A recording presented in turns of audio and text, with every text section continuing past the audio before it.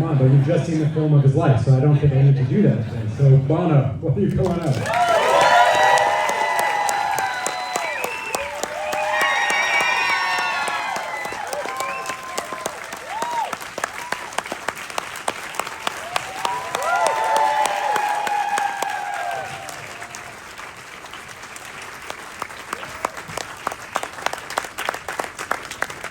My name is Liam Neeson. I am a giant trap in Bono's body. I mean, this is actually just an in-joke he's referred to, because I hope you don't mind me saying that. Liam Neeson was the first person he asked to moderate this conversation. He said, who can I get that will remind people of Liam Neeson? And he wound up at me, so here we go. But I think the obvious first question is, anything strange or startling? Everything is strange and startling. Yeah, everything. Everyone. So, something that was interesting for me to realize in watching the film was that you filmed the first series of shows at the Beacon. So this wasn't a situation where you did the shows and then later decided to want to stage something and film it. So there was always an intention to film the performances. So how did the original idea evolve over time into what people saw just now? Because it's not like you've just done a straight concert film. Yeah. What were we doing? I said it is mission creep. To be fair. I was very serious about the book, but I wasn't sure I could be so serious about promoting the book. So found a way to make that work for myself. If this is of interest, Ali, my missus, the night before we opened the play in the Beacon, she said, you should not do that to yourself.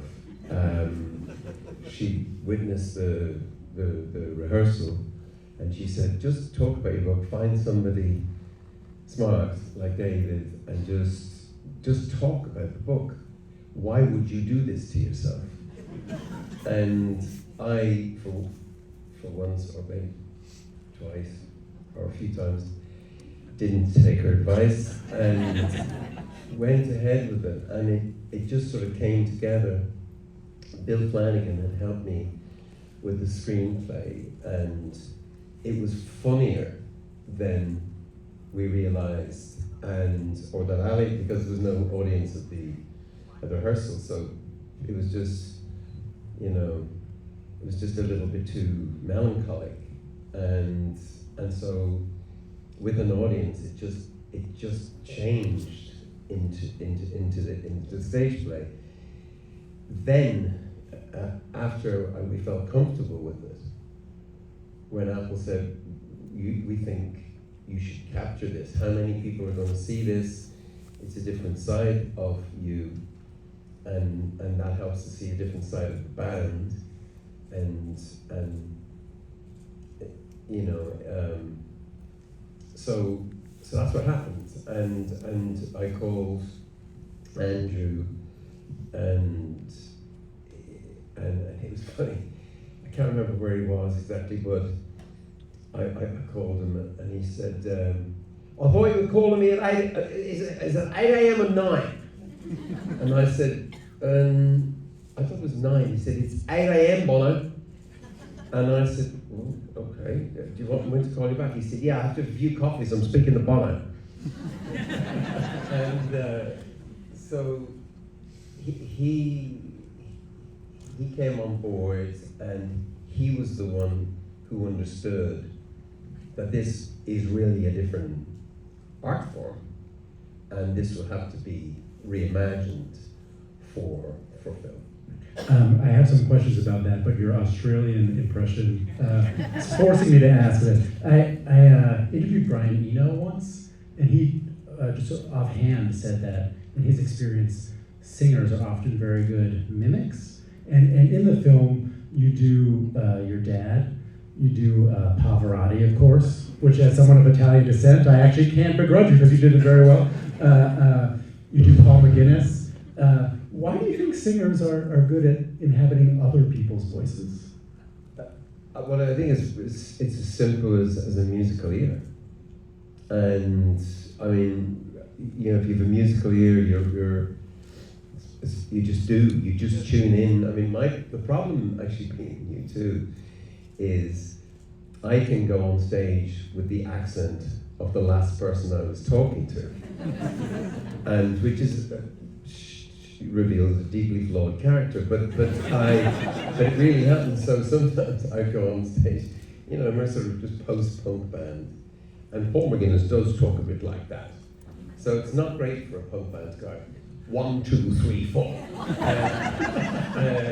So it's always been there with me, and I have to try and stop it actually because it can offend people.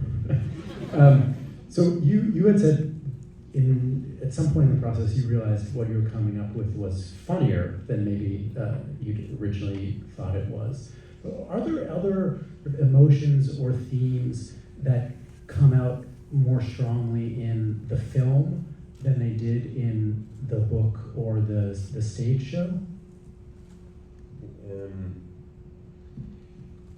Well, in the stage show, for sure, playing my father night after night changed the way I felt about him.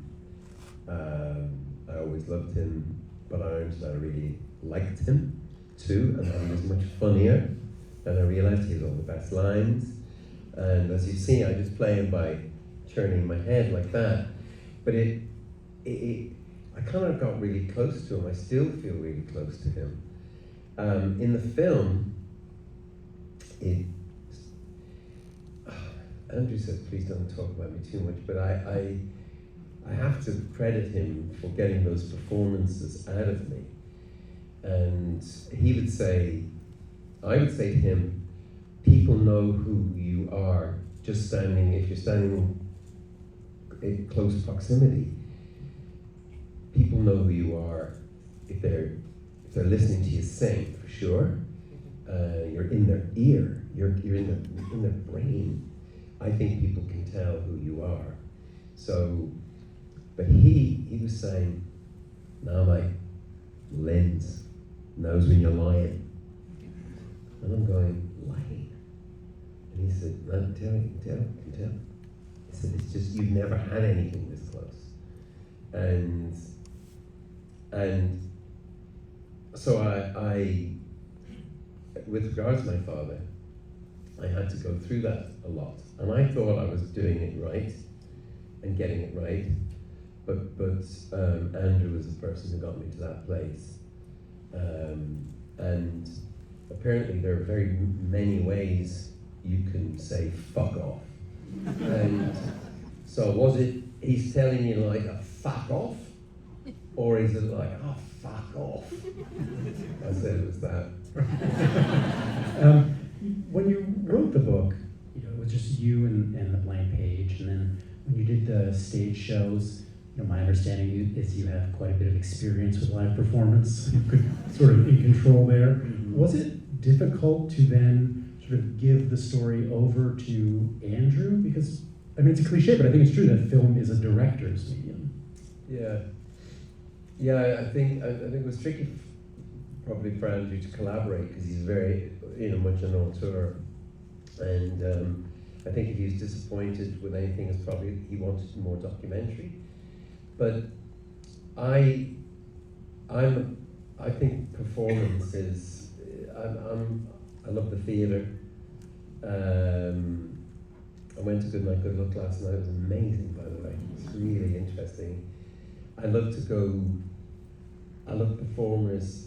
I went to see, did anyone see Jerusalem with Mark Rylance? Oh gosh, yeah. I mean, it's just mind-blowing. His performance in that was the greatest theatrical performance I've ever seen. Okay, Mark so Rylance, that's, I felt that too. Yeah. And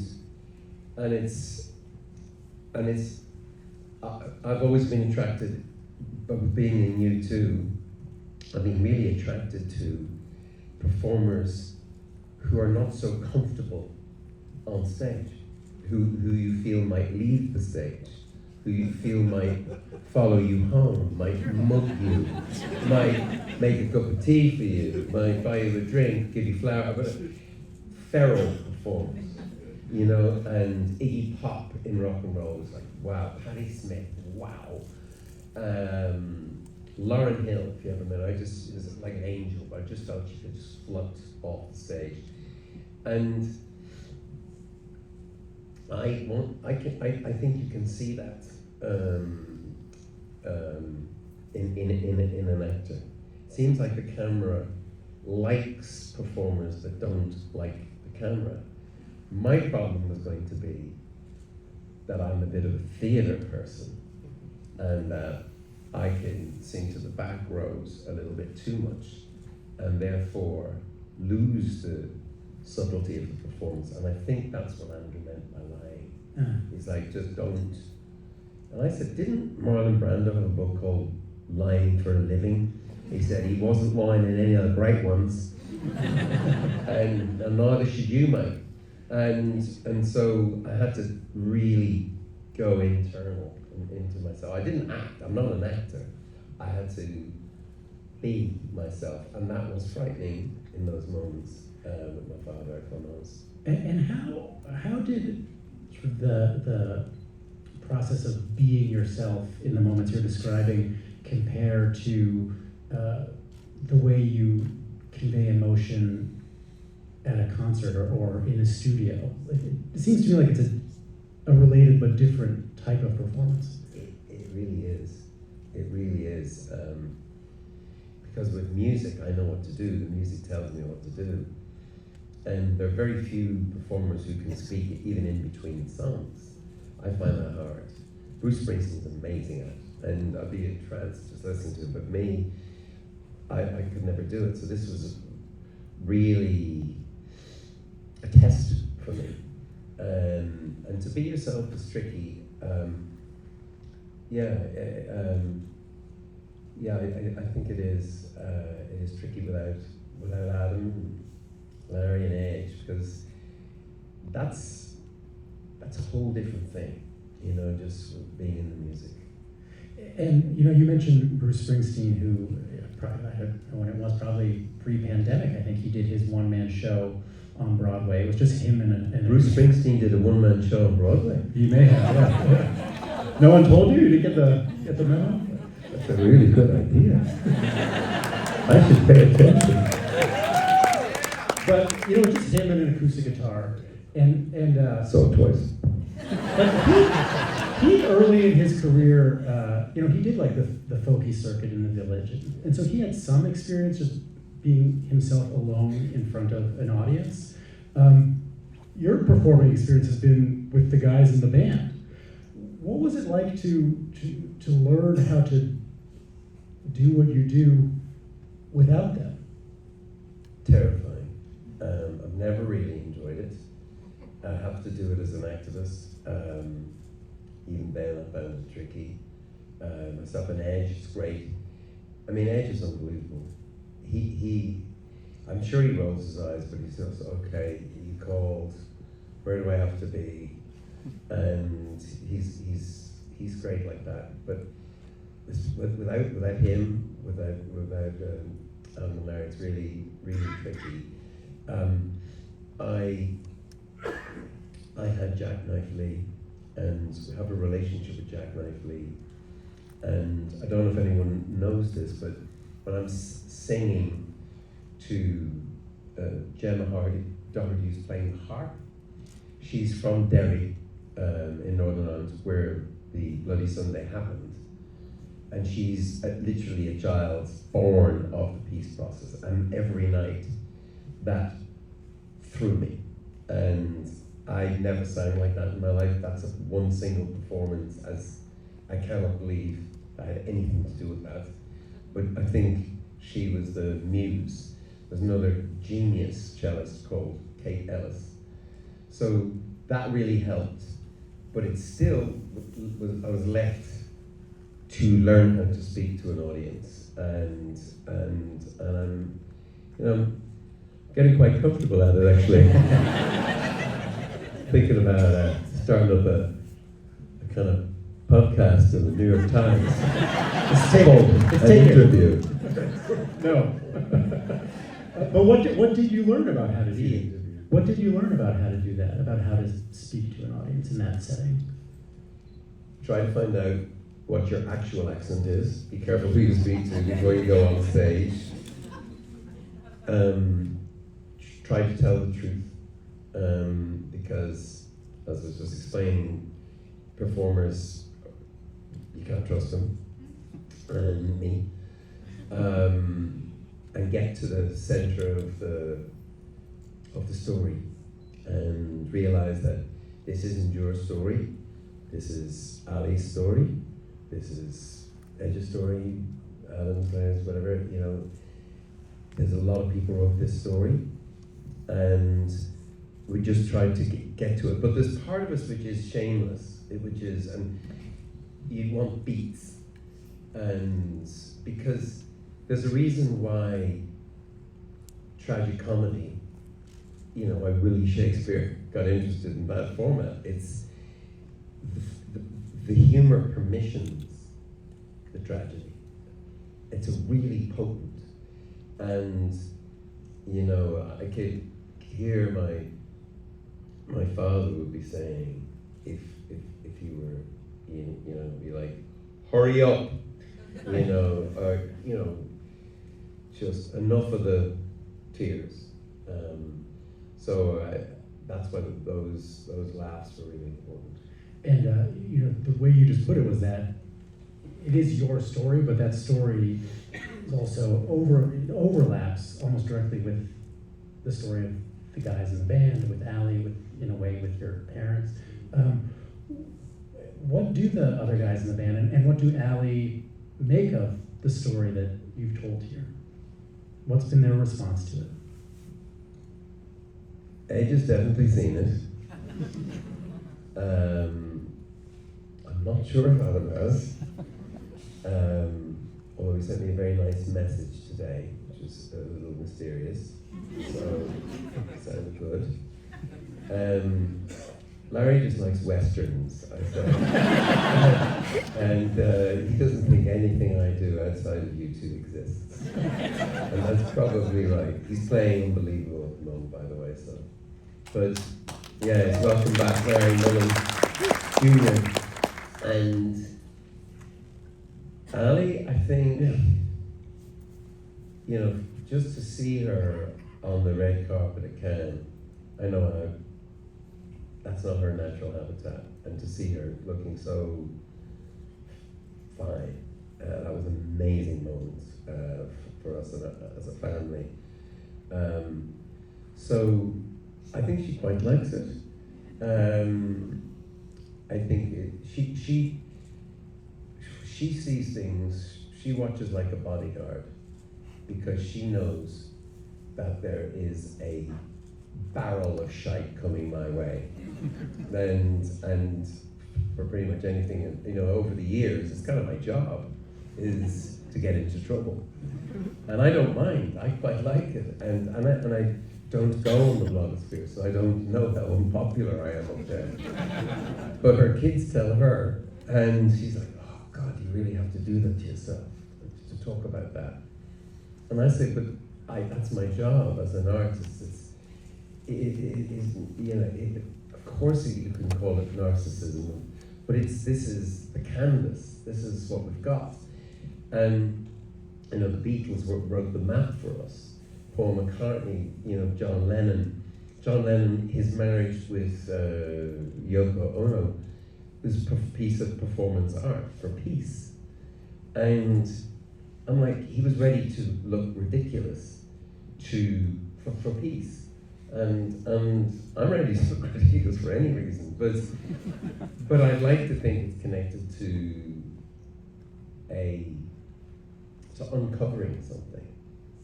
And rock stars can get very macho, especially Irish ones, and I thought it was important here to just be at a stage in my life where I could just take off the armor, put down the sword, you know, put down the shield, and just, this is it. And this is how an extraordinary phenomenon, because they are, you two, came from such ordinary wounds. But you said the Edge has seen it, but you didn't say if he's told you what he thought of it. He thought the sound was great. He actually came along to the rehearsals. He's like that, and yeah, he really liked this version of the film. He really, and today people have been really kind. All kinds of people who know about this, like you guys who are. So I'm getting away with this. Thank you so much. By the way, on a Saturday night coming out, I really appreciate it because I am absolute carpetbagger here, and we're. You just have to throw in a "Go Knicks" and you'll really have to. What's happening to me? Game 6. Eastern Conference Finals. Yeah. Okay, so something could happen on Monday. I think if they win tonight, something could happen on Monday. Wow. Okay. Yeah. I don't like Mondays. I will know then. You know, the way you sort of talk about your experience with the film with Andrew sort of suggests that you're kind of like a newcomer to film in a way. But actually, you know, you've at this point had a sort of long recurring forays into the film world. You know, there's going back to you know, a narrative film like $1 Million Hotel, or obviously, you know, documentary films on YouTube or concert films. So you do have experience in film and in different types of storytelling in film. So what are those experiences that you've had in that realm do you think you were able to incorporate into Stories of Surrender? Which kind of mixes genres in a way. Yeah. Well, storytelling. Just start there. U2's lyrics weren't particularly storytelling type lyrics. I would find an interesting emotional landscape and kind of inhabit it, or point us in a direction and do what the music, but mostly do what the music would tell us. As I get older, I'm getting more and more interested in real storytelling. Has anyone seen Adolescence? Yes. Wow. I mean, that gives me I mean, deep down, I do think all art aspires to the condition of music. That's my sort of thing. But when I see that, I go, hold on. This is the highest level of art that people can be in their homes and just transfixed by this. So I became interested in storytelling, formal storytelling, because U2's and my lyrics were not so formal. Wim Wenders, I became obsessed by his kind of storytelling, which was similar. But Wings of Desire blew my mind. Jim Sheridan was a huge influence on our band, he and his brother Peter Sheridan. In fact, one of the more preposterous things I could share, if it's okay, is there's a city councillor in Dublin called Mannix Flynn, and he was a great actor for Jim and Peter Sheridan. And as a kid, he'd been sent to a Borstal for burning down a department store, which he still denies. But he was a magnetic actor. He's still a magnetic person to me. But he taught myself, Gavin Friday, and Googie, the three. My best friend since I was 3, painter now. He taught us mime at 17. So we're from the north side of Dublin, and he's from the north side of Dublin, and he'd be like, feel the space around you. You feel it. Do you feel the space around you? Stop looking at people in the first row. Find them the back row. No, they're the people in the first row, in the back row, you kick. That type of stuff.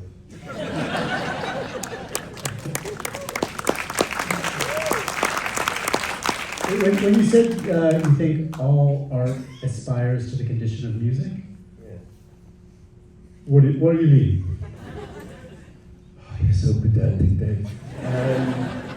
Just made it up, man. No. Look, the first communication. It's a good line if you just made it up. First communication was probably singing, or like birdsong. In evolutionary terms, for the rhythms, we sang to each other. It's the language of the spirit. Music connects us at a very deep level. We don't need a translator. And, I think language is almost designed to separate us from each other. And I don't think we needed Babel or whatever you call it, the tower. I think we just all create our own language to separate us. Whether you're a doctor, hear doctors speaking, hear musicians speaking, hear, every area we speak this kind of codified language, but melody and voice, I think, just breaks through all of that. And I mean, lyrics can get in the way. Or to quote Edge, look, Bono, people don't listen to the lyrics. But so that's what I mean by all art. I think painting, of course, cave painting must have, predated maybe some of that, or maybe it didn't. But art, it's like the city conducts its own symphony. I wrote that when I was 16. I didn't know what I meant. But it's like the soul will be described. We will describe ourselves through our stories, through songs, through our occasions together, and yeah, I just think music helps, and and I know from the point of view of making television and film, music plays a huge role in the scene. And what was the film that had the percussion soundtrack? It won a lot of Oscars.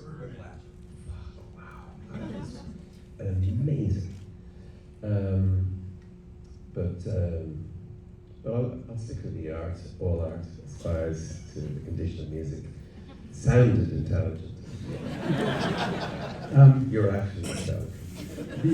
You alluded to this a little bit when you sort of jokingly said your dad might be saying, get on with it already. And if this question feels too personal, or maybe you just can't know the answer, I understand. But do you have some sense of what your parents, Bob and Iris, might make of surrender and stories of surrender?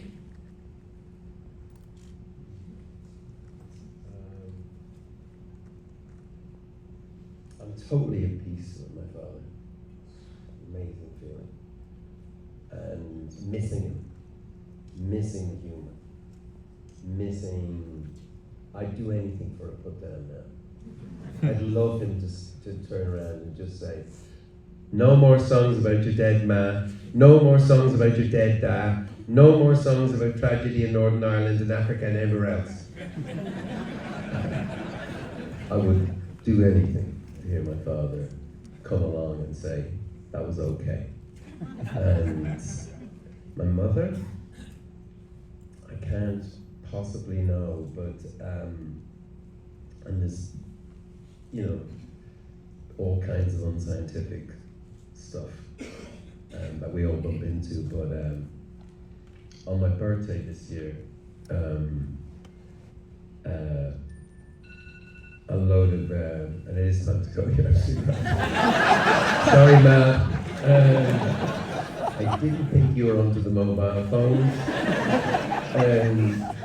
But on my birthday, there's this beautiful, beautiful field of irises just came out right where I was in France, on my way to go and see our son at a gig in Holland, but the morning of my birthday, and there were all these just beautiful irises, and I find her in all kinds of places, and yeah, I found her in one of the actors last night. I just saw a face and I thought, oh gosh, that looks, so, but I am ready to step away from the past, and I think it was the right thing to do. I've conducted some very expensive therapy on everyone. Thank you very much for listening. But I can promise you the next U2 album will sound like the future. And but thank you for bearing with me. I know we don't have a ton more time, so just a couple more questions. But you said you just conducted a sort of very elaborate therapy on your audience, but it is the experience that you've just had in working on Surrender. First the book, then the stage shows, and then the film. You put yourself in a position where you're really thinking about your life holistically for a long time in a very focused way, which probably outside of therapy is not an experience that many people have. And I wonder if you, now at the end of that process, understand anything about your story differently than when you first sat down to write the book.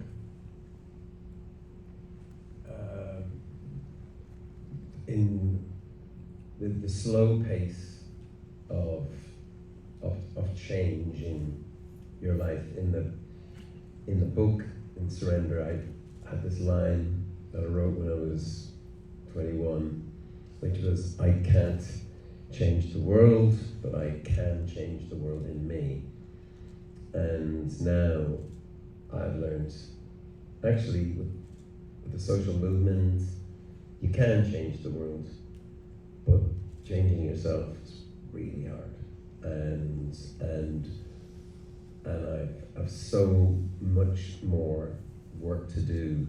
And I've used this word surrender, and I don't deserve it.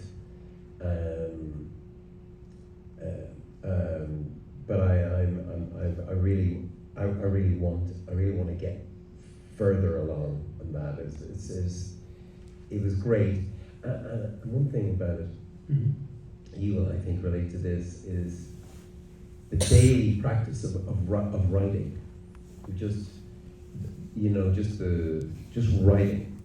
And I really loved being on my own in those mornings, and I want to keep that up. I may not publish it, I promise. Surrender 2, no. More surrender. Even more surrender. Yeah, that's right. That's brilliant. Oh yeah, loads of surrender. Surrender to the surrendering. It's like, wow, they were so good. So that scene, by the way, who else would allow? I mean, they paid the bill. They said, if you really want to go to do that for your father. You're talking about the opera house. To be in Teatro San Carlo. First of all, to let a little punk into the home of opera is already a stretch. But we could get there. And I will always owe Apple for that. That's quite a moment at the end for me. That's a huge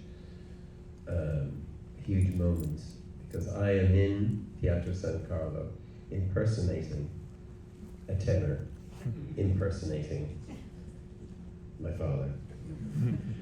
You said, now kind of feels like the end of a backward-looking period for you. What's coming up?